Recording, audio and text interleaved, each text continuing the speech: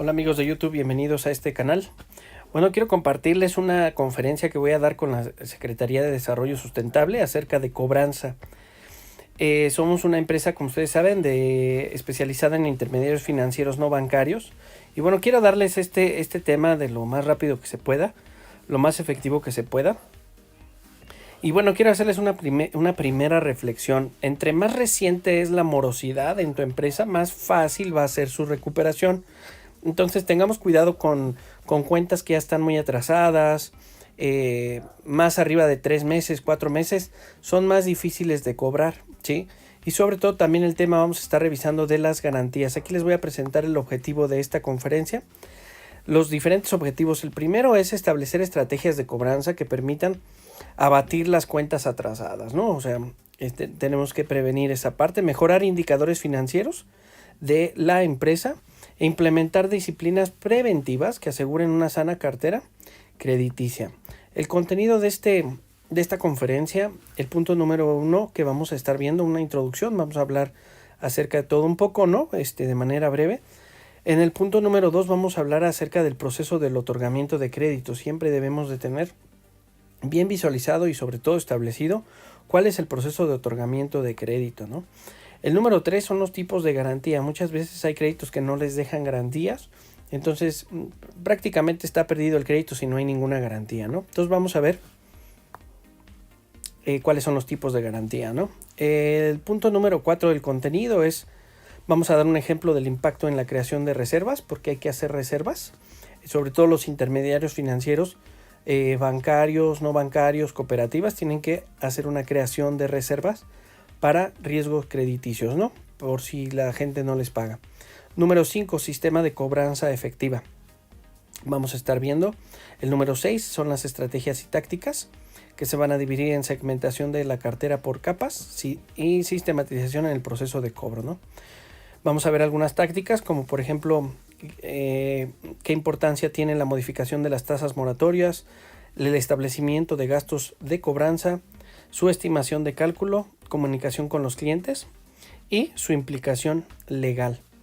Vamos a pasar al primer punto, la introducción. En toda empresa, en una empresa comercial, industrial o de servicios, hay que tomar en cuenta que los recursos provienen de los inversionistas, ¿sale? O de créditos también que pueden venir de crédito externo o de la misma capacidad de generación de recursos o utilidades de la misma empresa, ¿no? Y estos recursos los vamos a convertir en cartera de crédito. A diferencia que en una empresa financiera, en un intermediario financiero, es importante tener en cuenta que con la adquisición de nuevos clientes o socios estamos en posibilidad de captarle recursos a estos clientes nuevos mediante la captación de su ahorro para poder destinarlos a la colocación de crédito con el propósito de solventar sus necesidades eventuales de dinero. Para que se logre el proceso mencionado, es necesario que se realice la recuperación del dinero en tiempo y forma. Eso es importante. Para sustentar este ciclo financiero y obviamente sustentar a la empresa, ya que de no darse en forma sistemática generará tarde o temprano un desequilibrio financiero en la empresa, ¿no? Entonces, bien importante la primera reflexión que hacíamos, a menor tiempo de morosidad, tiempo de mora, mayores son las posibilidades de su cobranza. Entre más vieja es la cobranza, menores son sus posibilidades de cobrarse. Por lo que es necesario la implementación de nuevas formas de gestión de cobranza, nuevas formas de gestión con el objeto de mantener la cartera de crédito en los límites establecidos por sus buenas prácticas que tenga la empresa o, en el caso de las financieras, por la Comisión Nacional Bancaria y de Valores, que debe de ser no menor al 10% de morosidad. O IMOR, índice de morosidad. La implementación del sistema de cobranza efectiva es una herramienta que le va a ofrecer métodos y técnicas, ¿no? Y mediante su aplicación puntual y sistemática para poder hacer esto de un sistema, permita bajar el índice de morosidad, el IMOR, y mantenerlo dentro de los rangos requeridos para apoyar la sanidad financiera de su empresa. Es necesario que en todo proceso de cobranza primero tengamos claro cuál es el proceso de crédito, amigos, ¿no? Eso es bien importante, pues si no tienes diseñado, implementado y en mejora continua este proceso, entonces vamos a tener muchos problemas de cobranza. Muchas veces se tienen problemas de cobranza porque no se tiene diseñado, no está implementado y mucho menos está en mejora continua, ¿no? Este proceso crediticio que debería de venir en un manual de crédito, amigos. Las etapas que conlleva el otorgamiento de un crédito, siempre es bien importante la promoción del crédito, y aquí hacemos una reflexión. Toda promoción de crédito debe de tener detrás un diseño estratégico de productos.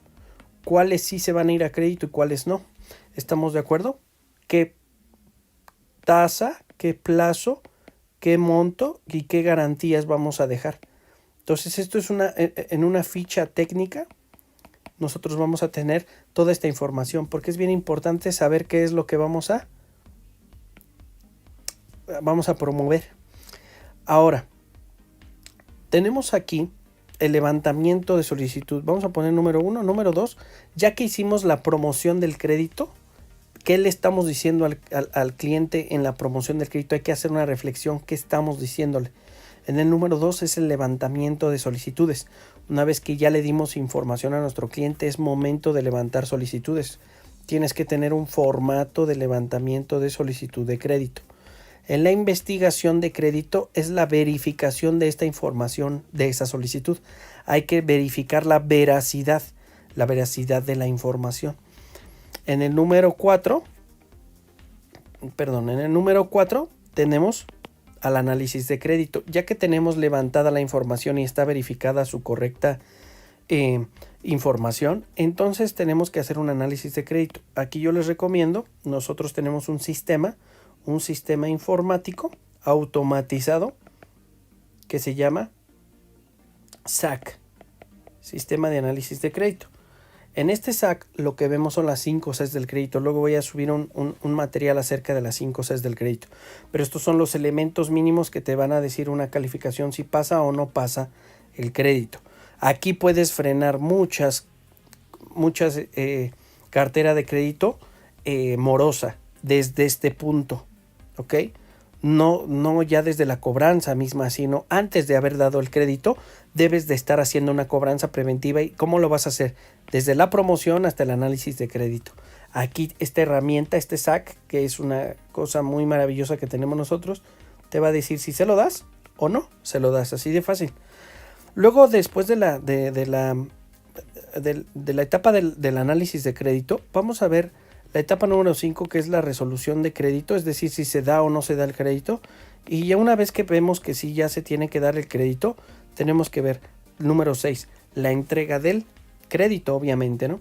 Hay que hacerle un seguimiento verificar si se está cumpliendo con la aplicación correcta del crédito. Por ejemplo, cuando es crédito para una empresa, tienes que verificar que sí se haya invertido en el lugar, en el destino que tú habías o que el cliente te había dicho, ¿no? Que iba a invertir.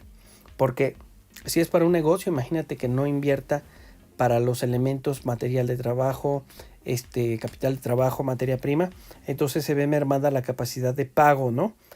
Entonces, bueno, muy bien, hay que verificar que sí se aplicó correctamente el crédito. En crédito a la vivienda y crédito comercial hay que verificar forzosamente. La cobranza, obviamente la última etapa, 6, tenemos 1, 2, 3, 4, 5, 6, 7, la 8. La etapa 8 es la cobranza, que ahorita vamos a ver cómo se va a dividir. Aquí tenemos los tipos de garantías. Bien importante que debemos de verificar que haya garantías en los créditos, porque de lo contrario, si no hay garantías y no hay voluntad o no hay un buen acuerdo con el cliente, ¿sí? Entonces no se va a pagar el crédito. Entonces es bien importante que tengas una garantía, o 2 o 3. No pasa nada, tú vas a establecerlo en tu manual de crédito, en tu política de crédito. Bien importante. ¿Cuáles son los tipos de garantía? Del lado izquierdo estamos viendo los tipos de garantías reales. ¿Cómo que garantías reales? Verdaderamente estas garantías son las que van a responder por el total del crédito. Se pueden constituir sobre bienes inmuebles, es decir, firmando una hipoteca, suscribiendo una hipoteca ante notario público, sobre bienes muebles, que viene siendo prendas, todo lo que es carros, televisiones, todo, absolutamente todos los bienes que se mueven, bienes muebles, y liquidez, dinero. También pueden dejar depositada una cantidad, un fideicomiso o algún dinero. ¿Ok? Sobre todo lo utilizan las cooperativas. ¿Ok? Hay otro tipo de garantías que son las garantías personales. Traducido al español son codeudores, obligados solidarios y o avales. Los de mayor jerarquía legal son los avales, que puedes pedir uno o dos o más, dependiendo de la capacidad de pago de cada uno de ellos y obviamente de su historial en buró de crédito. Y existe una tercera, que es la mixta. Es la suma o la combinación de algunas de estas o de varias de aquellas. Las garantías son muy importantes, pero suelen ser nada más un requisito. No tienen ninguna ponderación a la hora de dar un crédito. Es decir, no por muchos bienes inmuebles que te presente, aumenta su capacidad de pago. La capacidad de pago son sus ingresos menos sus gastos. Lo que le sobra, vamos a ver si le alcanza. Debe de tener por lo menos el 30% libre del dinero para poder hacer pagos de crédito. Regla internacional. Entonces es muy importante que nosotros tengamos aquí garantías establecidas en nuestra política crediticia para poder otorgar crédito. Si no, de lo contrario, el cliente va a huir o no llegas a un buen acuerdo. Toma en cuenta algo muy importante. Existen medios legales en donde el cliente se puede defender muy bien para no realizar el pago, ¿sí? Entonces, ten en cuenta esto. Por ejemplo, si te está demostrando pagos, si te está demostrando voluntad para pagar y tú no llegas a un acuerdo con ese cliente o le quieres cobrar de otra forma, le quieres cobrar el pagaré de manera anticipada y te inventas tú acuerdos que nunca tuviste, entonces vas a tener un gravísimo problema porque no lo vas a poder cobrar. Es inviable cobrarlo y sobre todo si no le pediste garantías ni nada y no le demuestras que no pagó ni nada, no tienes elementos para poder cobrarle a ese cliente. Entonces la parte de garantías, si llegara a un buen acuerdo y un buen contrato, que además está regulado por la Conducef, los contratos, y por la Procuraduría de la Defensa del Consumidor, la Profeco, si no están, obviamente deben de estar regulados por ellos. Entonces ten mucho cuidado, tienes que hacerle firmar un buen contrato y un buen pagaré con los elementos mínimos de ley, obviamente, y con una garantía. Si no, está perdido el crédito, amigo. Quiero decírtelo. No te lo van a pagar. Entonces, ten cuidado con esto. Hay que crear reservas entonces. O sea, entonces todos los créditos que se otorgan deben de tener una estimación sobre riesgos crediticios. Entonces hay que crear reservas. Entonces en el caso de las cajas, de los bancos, de las financieras, deberían de estar reservando porque los créditos que no se paguen, debemos de proteger el patrimonio de la empresa y su sustentabilidad. Debe de seguir avanzando la empresa, no debe de detenerse por la morosidad. Entonces aquí lo que debemos de realizar es la creación de reservas de acuerdo al tipo de cartera de crédito que tú estés manejando. Los 3 tipos de cartera comunes que se manejan son consumo, vivienda y comercial. Consumo, vivienda y comercial.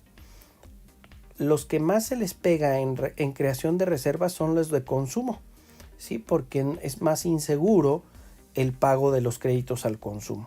Los que van para vivienda están garantizados con una hipoteca. Entonces la creación de reservas es menor que con las de consumo. Y la creación de reservas de comercial también es menor que las de consumo, porque en teoría va para comercio, va para un negocio, va para una empresa. ¿Ok? Entonces aquí el destino del crédito de comercial es para invertir en la fuente principal o en una de las fuentes de generación de recursos del solicitante, ¿no? Del acreditado. Entonces aquí vamos a ver un ejemplo del impacto de la creación de reservas. Entonces tenemos aquí 12 pagos que podrías decir que deberían de ser meses. 12 pagos o uno por mes. Y aquí tenemos, por ejemplo, el saldo. Aquí tenemos el saldo que vendría siendo, le dimos un crédito por 10,000 pesos a una tasa anual del 20%, a una tasa mensual, obviamente dividida a 1.69. Aquí tenemos de capital, dividimos los 10,000 entre los 12 meses y tenemos 833.33. De tasa de interés van a ser 169 pesos y un pago total de 1,002.33. Si lo hacemos sobre saldos insolutos, vemos cómo va bajando. Ok, entonces tenemos un capital de 10,000 pesos y un interés que tendríamos que haber generado de 1,000 pesos al final del crédito. Si bien es cierto, dijimos que la tasa nominal es del 20%, a la hora de ver cuánto realmente recuperamos, cuánto realmente le cobramos de estas tasas, de estos intereses, realmente nuestra tasa fue del 10.99 y no fue del 20.28. Y mensualmente fue del 0.92, no fue del 1.69. Entonces ahí tenemos una tasa real en donde cuando nos aplican una reserva y cuando sobre todo la gente se va a morosidad, nuestro cliente se va a morosidad y ya estamos creando reservas, entonces vemos que no es suficiente la tasa de interés moratoria que estamos cobrando. Vean este ejemplo. En el pago número 2, imaginemos acá que en el pago número 2 nuestro cliente se atrasa. ¿Cuánto le queda de saldo? 9,166 pesos. ¿Cuánto es el capital que tiene que pagar? 833. ¿Cuánto es el interés que debe de pagar? 154. Pero se atrasó. Le vamos a cobrar un interés moratorio de una tasa X, que generalmente viene siendo el 1.69. Casi siempre es el doble, ¿no? Sí. Ahora, veamos aquí. La tasa moratoria es del 20.88, como había comentado yo acá. Saldo insoluto. El interés moratorio es este. Es decir, ¿cuál es el costo real para tu financiera, para tu empresa? Aquí tengo un ejemplo de una caja. El interés moratorio que vamos a cobrar es de 2 pesos. Pero la ley nos dice, ¿sí? Las restricciones legales nos dicen que para este tipo de créditos, cuando se atrasa en su segundo pago, debemos de reservar el 4%, es decir, sobre el saldo que tenemos atrasado, es decir, una reserva de 366 pesos. Si nosotros si nada más le cobramos este 2.78, tenemos una pérdida por ese atraso de 363 pesos. Es insuficiente este interés moratorio que le estamos cobrando a nuestro cliente. Peor aún, si nos vamos al pago número 3 con atraso de 33 días, el saldo insoluto es de 8,333, pero ya se atrasó 3 veces, ¿no? Su pago es de su interés normal que le teníamos que haber cobrado es de 140 pesos, ya le estamos cobrando ahora 18 pesos de gastos de cobranza, pero imagínate que no tienes establecido gastos de cobranza. Entonces la pérdida sería de 2,481 pesos porque cuando se atrasa en el tercer pago nuestro cliente o ese grado de morosidad de 33 días, la ley nos exige que reservemos 30%, es decir, 2,500 pesos y nada más le cobramos 18 pesitos de interés moratorio. Y aparte no tenemos nosotros gastos de cobranza establecidos. Entonces tenemos una pérdida en ese crédito de 2,481 pesos. Aquí están las reservas preventivas. Cuando tú das un crédito, cuando lo otorgas, otorgamiento, ya tienes que estar apartando un 1%. Si el cliente se atrasa de 1 a 7 días, se los puedo dejar como un modelo de buenas prácticas. Modelo de reservas o de estimaciones. El 4%, si se atrasa de 8 a 30 días, debemos de apartar el 15%.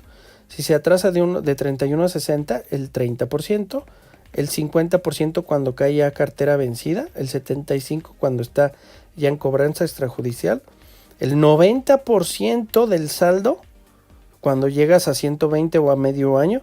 Cuando sobrepasa del medio año ya tienes que estar apartando el total del saldo del crédito que te debe. Entonces ten mucho cuidado. ¿Por qué? ¿Por qué se hace esta estimación o esta reserva? Porque debemos de proteger los ahorros de los socios, los ahorros, las inversiones de los inversionistas. Porque entonces si el cliente no nos pagó, la empresa tiene que seguir sostenible en el tiempo. Gastos de cobranza, vamos a ver, hay que establecer gastos de cobranza entonces y tal vez mejorar la tasa de interés moratoria, ¿no? Porque es insuficiente. En ocasiones la tasa de interés no es suficiente para resarcir el daño económico que se le hizo a la empresa. Es por lo que debemos establecer gastos de cobranza extras. Los gastos de cobranza representan el promedio de las erogaciones extraordinarias que la entidad o la empresa realiza mediante las gestiones de cobro. O sea, hay que calcular las gestiones de cobro para regresar el dinero prestado. Es decir, se consideran los siguientes supuestos, los siguientes conceptos. El sueldo de un gestor de cobranza, ¿cuánto te cuesta al día, a la o por hora? ¿Cuánto se está cobrando?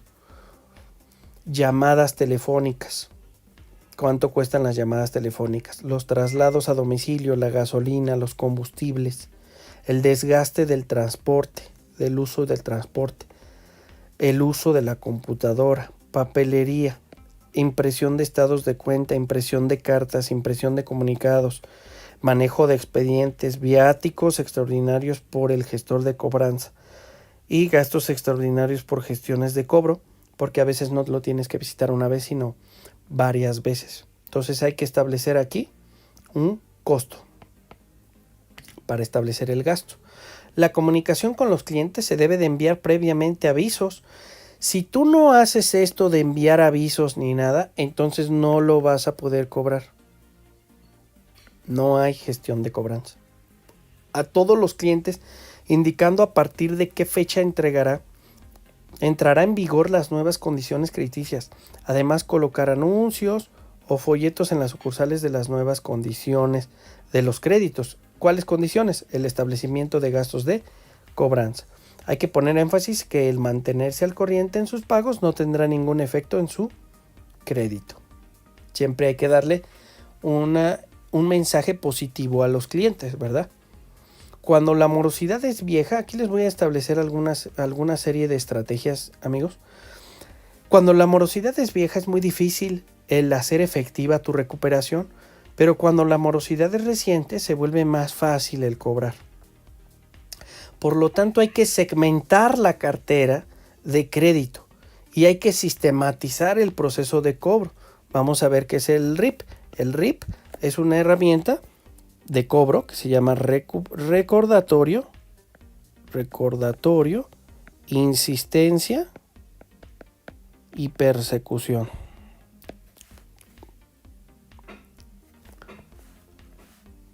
Pero si tú no aplicaste esto, ¿cómo quieres aplicar la persecución?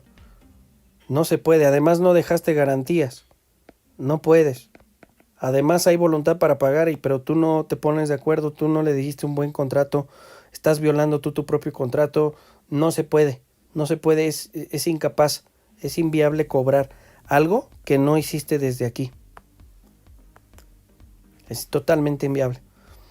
¿Cómo se hace la segmentación de la cartera de crédito por capas? Divídelo conforme a la otra tabla que te había mostrado. De 1 a 7 días, ¿cuánto dinero tienes atrasado? De 8 a 30 días, ¿cuánto dinero tienes en saldo atrasado de tus clientes? De 30 a 60 días de atraso, ¿cuánto tienes? De 60 a 90, ¿cuánto tienes? Y de más de 90 días, ¿cuánto tienes? Si tú haces esto, entonces vas a poder sistematizar. ¿Qué vas a hacer cuando tengas ya dividida tu cartera de crédito? Entonces ahora automatízalo o sistematízalo. La llamada telefónica es el recordatorio. De 8 a 30 días ya visítalo con carta. De 30 a 60 días de atraso ya visita a la valía al cliente. De 60 a 90 ya hazle un aviso extrajudicial y de más de 90 es una acción de tipo judicial. Así que, bueno, muy bien amigos, yo les voy a preparar otra serie de elementos, de programas para que ustedes vayan sistematizando su cobranza, ¿no? Y toda la parte financiera. Así que soy su consultor de negocios, Edgar David Pineda. Aquí les dejo mi correo, proyectos@cifnova.com.mx, por si quieren un taller obviamente extenso acerca de esto. Y los teléfonos que ahí tienen en la pantalla. Por favor, comuníquense con nosotros y podemos darlo a distancia o lo podemos dar en presencial. Así que amigos, que Dios los bendiga, cuídense mucho y nos vemos pronto.